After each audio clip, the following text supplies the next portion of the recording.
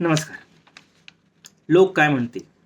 खरंच या एका वाक्याने आपले अख्खे जीवन व्यापले आहे. म्हणजे मोठ्या मोठ्या गोष्टी तर सोडा, पण छोट्या छोट्या गोष्टी करतानाही आपण विचार करतो ना, लोक काय म्हणतील. सगळ्यांमध्ये आपल्याला काही बोलायचे असेल तर कधी कधी आपण शांत बसतो का? कारण परत तेच लोक काय म्हणतील. आणि यावरच आधारित माझी आजची कविता आहे, लोक काय म्हणतील. लोक काय म्हणतील. तू हे काय केले, तू हे का केले? अरे म्हणू दे त्यांना. स्वातंत्र्य बोलण्याचे उपभोगू दे त्यांना. त्यांच्या आवडीचे काम ते करू दे त्यांना. पण पण म्हणून तू जगणे सोडू नको. तुला जे वाटते ते मनात ठेवू नको. लोकांच्या हातात आयुष्याचे रिमोट कधी देऊ नको. अरे मुक्तपणे स्वतःला व्यक्त कर. मोठ्याने हस, हातवारे कर. कधी वाटले तर रडूनही घे. कधी एखादे गाणे गुणगुणत जा. कधी कोणाला मनापासून दाद दे. हो, पण हे सारे मुक्तपणे. कोणी बघत आहे का हे विसरून.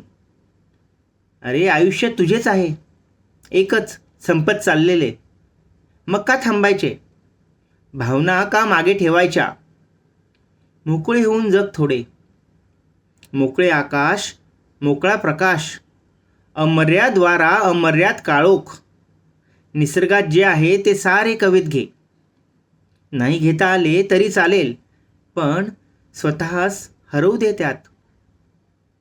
आयुष्य आयुष्य हे काय रे?